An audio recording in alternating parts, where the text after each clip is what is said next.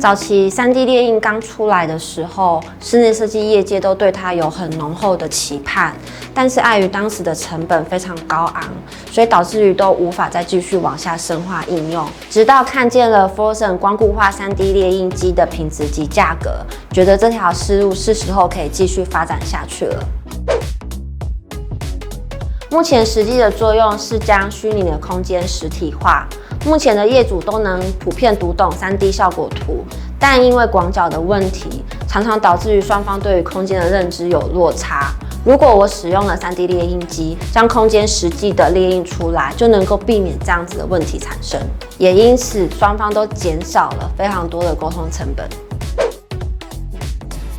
当 3D 列印的成本不再高昂，并且能带来更多的好处，为什么不去试试看？其实现在不少同业都在使用 3D 列印做客制化的东西，例如独树一格的装置艺术，可以透过 3D 编修并且列印出来，让设计不再局限于传统的工业技术。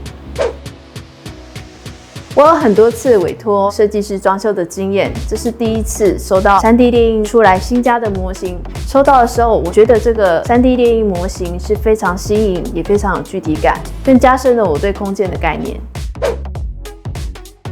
以往设计师都是拿2D 平面图或是3D 模拟图来跟我讨论，但来回沟通的时间非常的浪费。这次利用 3D 列印模型来做讨论的时候，我很快就可以知道设计师想要表达的设计概念，也大幅缩短了彼此沟通的时间。我非常喜欢日本贵族都拥有自己的家徽，这次我也请设计师帮我设计并且估价，竟然发现用 3D 列印的方式比铁件价格来得亲民。